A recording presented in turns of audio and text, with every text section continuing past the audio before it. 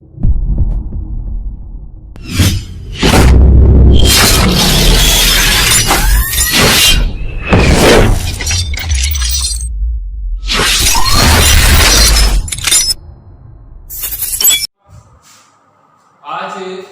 कुछ सवाल है मेरे पास जो बच्चों ने पूछे हैं।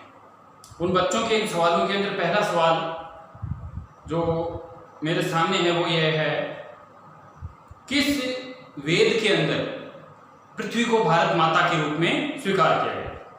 तो आज हम इसी का उत्तर देते हैं। मैं चाहता हूं कुछ ज्यादा सवाल हो जाएं, तो एक साथ 15-20 सवालों के या 25-30 सवालों के जवाब हों, लेकिन टोटल मिलाकर के 4-5 सवाल ही आते हैं। तो कभी कभी एक सवाल ज्योतिष पर आया था जो पूछा था, तो उसका बड़ा वीडियो बन गया, तो मैंने इन सवालों को कुछ समय के लिए रोक दिया। लेकिन आज मौका है, मैं इनके उत्तर दे रहा हूं। तो पहला सवाल यही बनता है कि कौन सा वेद है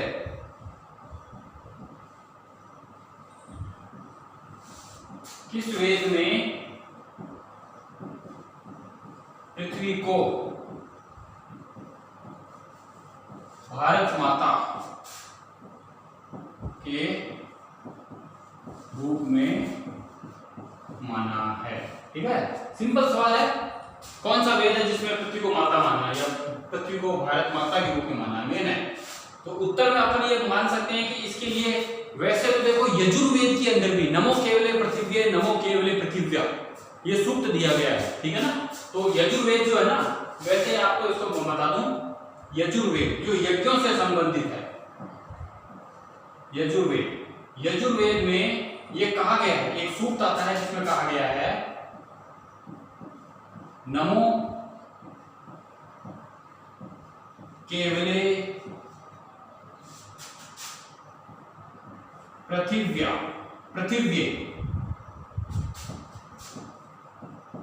नमो केवले पृथिव्या। ठीक है, ये चीज है नमो केवले पृथिव्ये नमो केवले पृथिव्या, यही थोड़ा अंतर है, बाकी एक ही लाइन। इसका अर्थ होता है कि नमस्कार करता हूं मैं, नमस्कार करता हूं किसको? मातृभूमि को। और यही लाइन वापस आएगी, नमस्कार करता हूं जन्मभूमि को।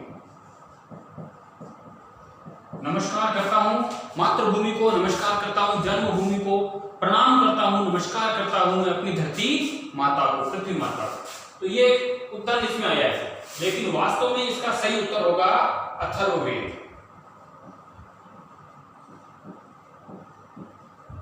नाम क्या होगा? अथर्ववेद। अथर्ववेद में पृथ्वी को माता के रूप में स्वीकार किया गया है। अथर्ववेद में पृथ्वी को माता के रूप में स्वीकार किया गया है। उसमें क्या है कि इसका जो 12वां कांड है, 12वां कांड का जो प्रथम सूक्त है ना, यह आपको याद रखना। अथर्ववेद के 12वें कांड, कांड का मतलब होता है अध्याय, घटना, जो भी हो। तो 12वें कांड के प्रथम सूक्त में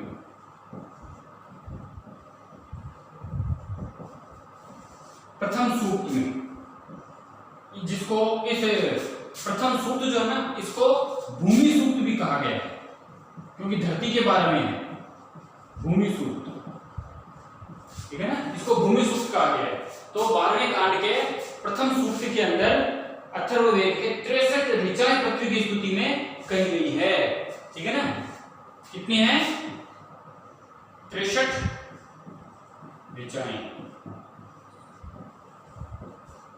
पृथ्वी की स्तुति में कही गई है।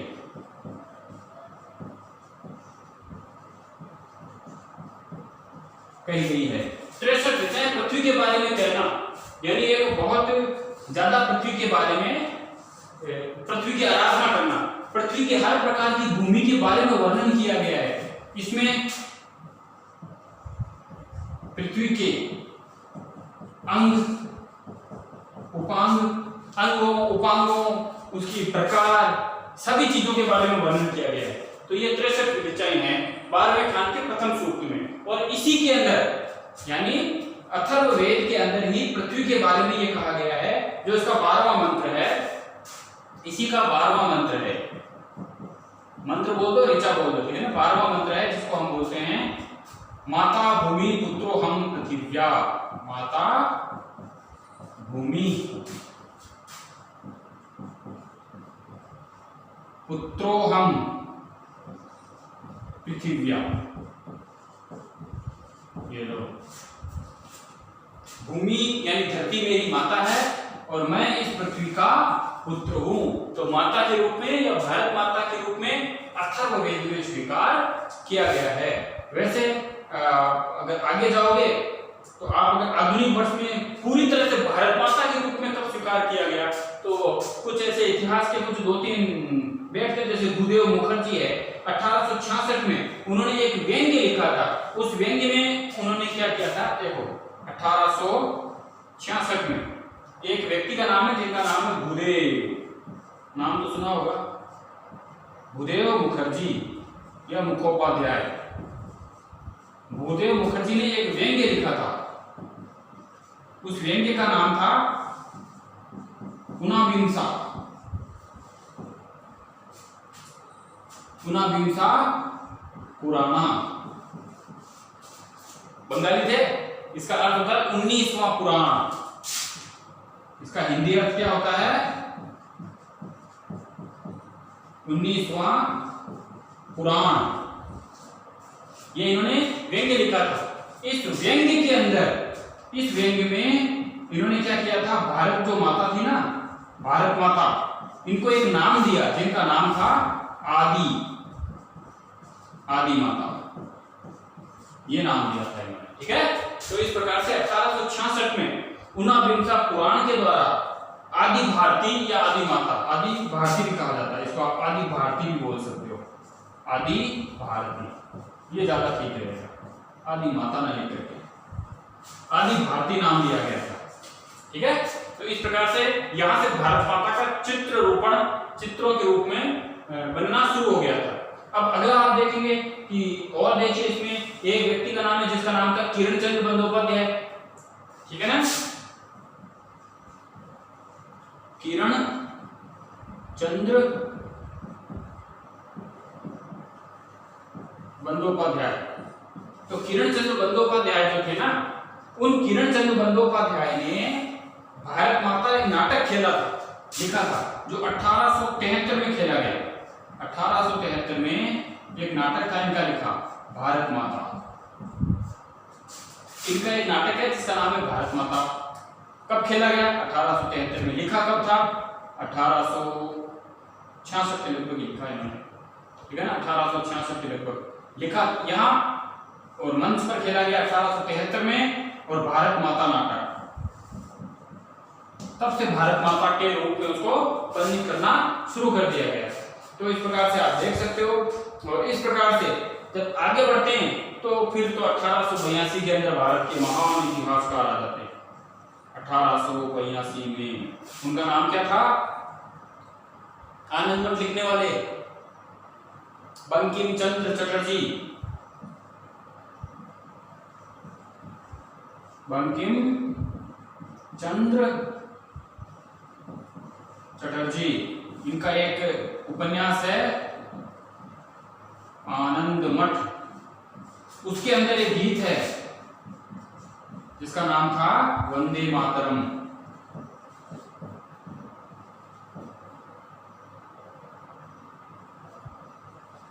वंदे मातरम। और यहाँ भारत माता का पूरी तरीके से चित्रण पूरा रूपण हो गया था। तो ये इस प्रश्न का उत्तर, आपके प्रश्न का उत्तर तो वैसे यही खत्म हो जाता है। ये कुछ इतिहास की जानकारी है जो आप याद रख सकते हो। अब अगला जो टॉपिक है वो पूछा जा रहा है, अगला प्रश्न। अगला जो प्रश्न मेरे सामने है वो है कि सरस्वती नदी शोध संस्थान या अभियान किसने शुरू किया था, ठीक है ना। तो विलुप्त सरस्वती नदी शोध अभियान के पुरातत्ववेत्ता कौन थे। दूसरा प्रश्न, विलुप्त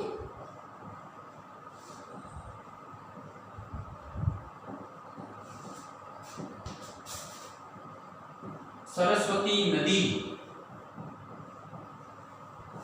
शोध अभियान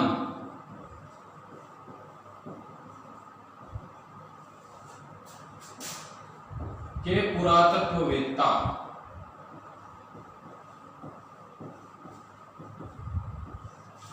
कौन थे, जो भी। तो यहां देखिए, विलुप्त सरस्वती नदी शोध संस्थान के पुरातत्ववेत्ता का नाम है डॉक्टर वी.एस. वाकणकर। क्या नाम है? वी.एस. वाकणकर। ये पूरा नाम है इनका डॉक्टर विष्णु श्रीधर, डॉक्टर विष्णु श्रीधर वाकणकर, ये इनका नाम है। ये कहां काम करते थे? उज्जैन विश्वविद्यालय, उज्जैन विश्वविद्यालय, उज्जैन विश्वविद्यालय में काम करते थे, विद्यालय में कार्यरत थे। तो इन्होंने क्या किया? 1987 ईस्वी में सिंधु नदी की खोज के लिए एक अभियान शुरू किया। तो उसके लिए उन्होंने पद यात्रा की, पद यात्रा की। कहां से कहां तक की? इन्होंने शुरू की थी आदि बद्री से, आदि बद्री से। अब आदि बद्री कहां है क्या ये आदि बद्री? तो देखिए, आदि बद्री वो स्थान है जहां सिंधु नदी, सरस्वती नदी या सिंधु नदी जो भी है, जहां नदी, सरस्वती लिख लो तो अच्छे फायदे में रहोगे, क्योंकि आप सरस्वती के बारे में पढ़ रहे हो। सरस्वती नदी हिमाचल की पहाड़ियां हैं। हिमाचल में जिन पहाड़ों से निकलकर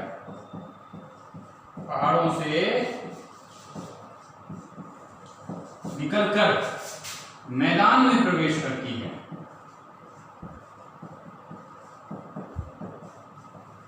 आती है। यानी सरस्वती नदी जो है, आदि बद्री वो जगह है जहां पर सरस्वती नदी हिमाचल में जो पहाड़ है, उन पहाड़ों से निकल करके मैदान में प्रवेश कर जाती है, वो जगह है आदि बद्री। तो वहां से लेकर के सरस्वती नदी के मुहाने तक, यानी अंतिम स्थान तक जहां वो सागर में मिलती है, वहां तक पैदल यात्रा की थी। और इसको अगर आप देखो तो ये राजस्थान का हिस्सा आ जाता है, ये तरह से। तो यहां से निकल करके शुरुआत होती है। तो ये सरस्वती नदी यूं कहते हैं कि यूं बहती थी या यूं चली जाती थी। ये चली जाती है गुजरात के कच्छ और रण तक, कच्छ भुज और रण तक इन्होंने पैदल यात्रा की। ठीक है। और इस पैदल यात्रा में इनका उद्देश्य क्या था? इनका पहला उद्देश्य कि सरस्वती नदी की प्राचीन धारा का पता लगाना,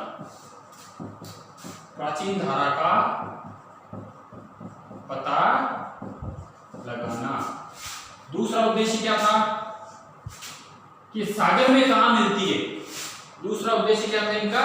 दूसरा उद्देश्य इन्होंने ये लिखा था कि प्राचीन धारा का पता लगाना, और उसके बाद में इन्होंने किनारों किन रास्तों से गुजरती है, ठीक है ना, और सागर में जहां मिलती है उसका पूरा पता लगाया गया था। तो किन रास्तों से गुजरती है,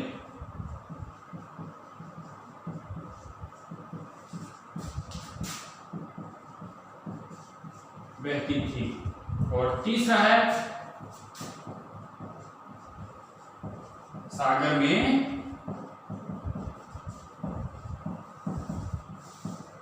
कहां मिलती है। ये तीन इनके मुख्य उद्देश्य थे। प्राचीन धारा का पता लगाना, कहां से बहती है उन रास्तों का पता लगाना, और सागर में कहां जाके मिल जाती है, कच्छ भुज रण जो है वहां पर जाकर के सागर में किससे मिलती है, ये इसका पता लगाना।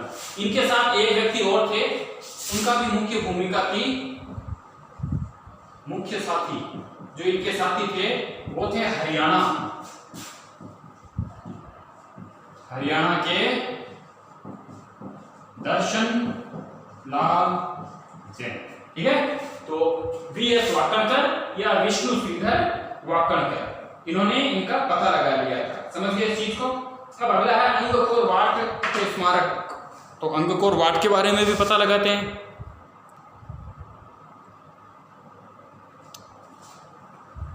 अब अपन लेंगे यहां पर अंगकोर वाट। तीसरा सवाल मुझसे पूछा गया है।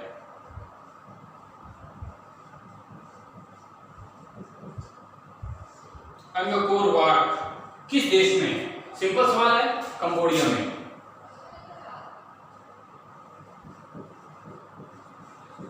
कंबोडिया, कंबोडिया में है।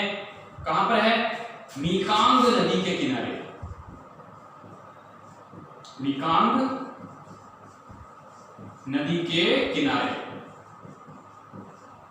ठीक है ना। ये अंगकोर वाट जो है ये कंबोडिया में है, मेकांग नदी के किनारे पर है। अब वहां पर एक सिमरिक शहर था, उस सिमरिक शहर के अंदर इसको बनाया गया था। ठीक है, मेकांग नदी के किनारे एक शहर है जिसका नाम है सिमरिक।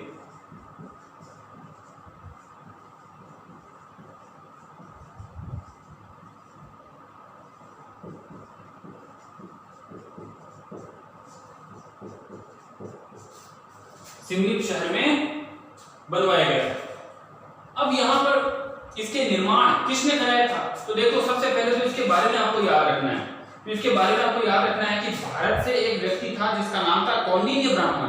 ठीक है ना, कौंडिन्य ब्राह्मण था। वो यहाँ से 9वीं शताब्दी में जयवर्मा III जो कम्बोज का राजा हुआ था उसका वंशज था। उसने 860 में अंगकोर वाट की नींव रखी थी। ये जगह का नाम है, ठीक है ना। तो 9वीं शताब्दी के लगभग आप मानोगे तो कौंडिन्य ब्राह्मण था ये।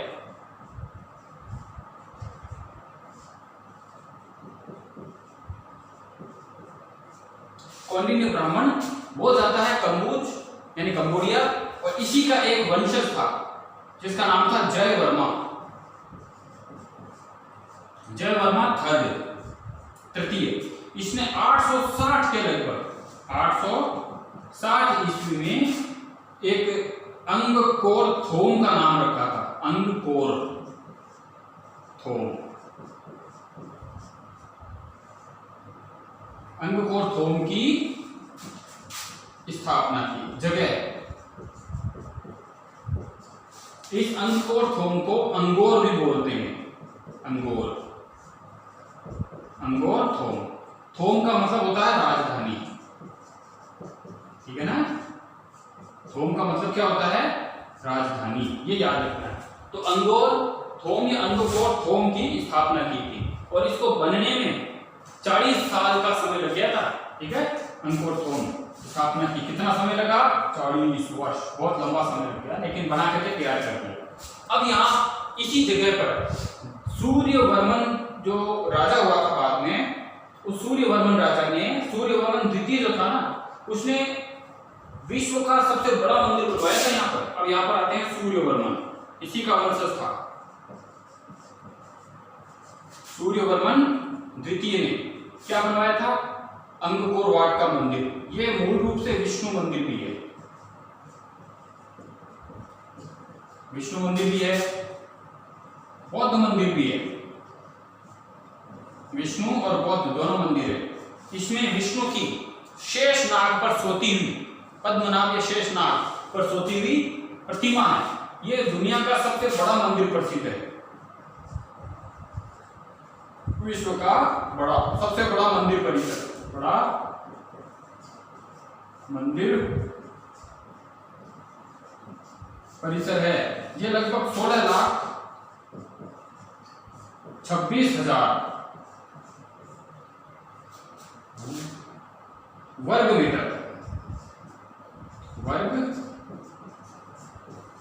मीटर में फैला है। 16,26,000 वर्ग मीटर में फैला हुआ है। और इसको यूनेस्को ने,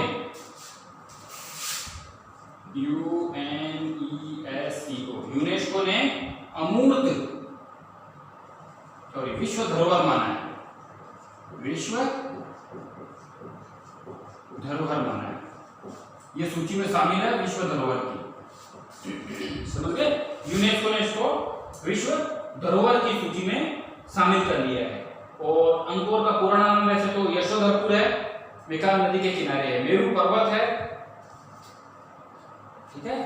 ये जो अंकोर है ना, अंकोर वाट, इसका पुराना नाम, तो इसका पुराना नाम है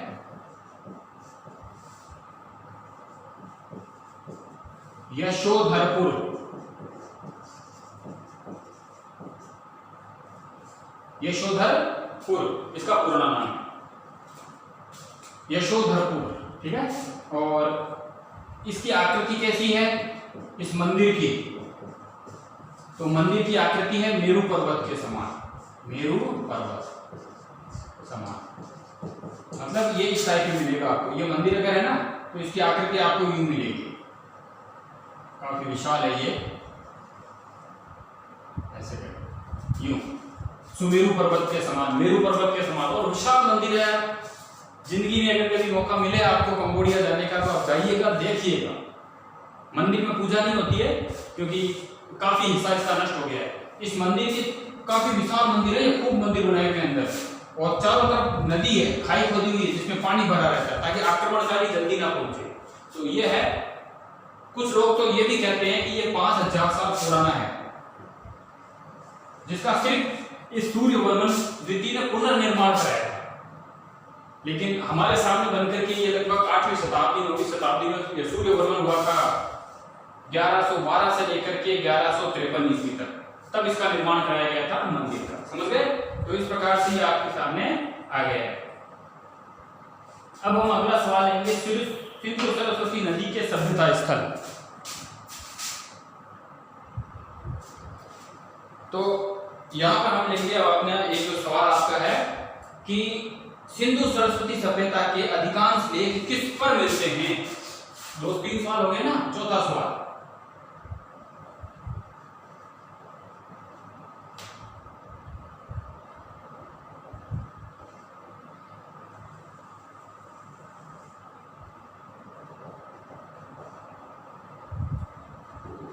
पानी की मात्रा।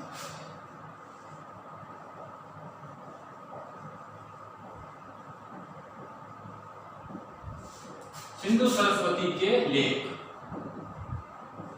किस पर मिलते हैं।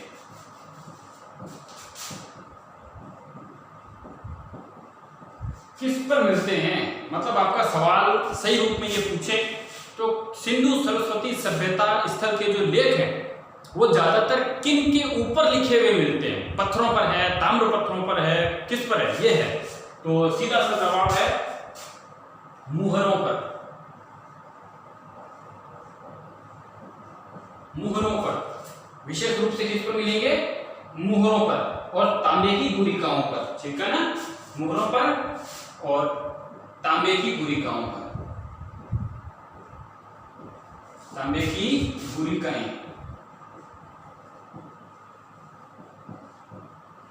गुरिकाओं। अब आप लोगों के साथ ये मुहरे सोने चांदी नहीं, मुहरे का मतलब ये बनती थी सेल खड़ी,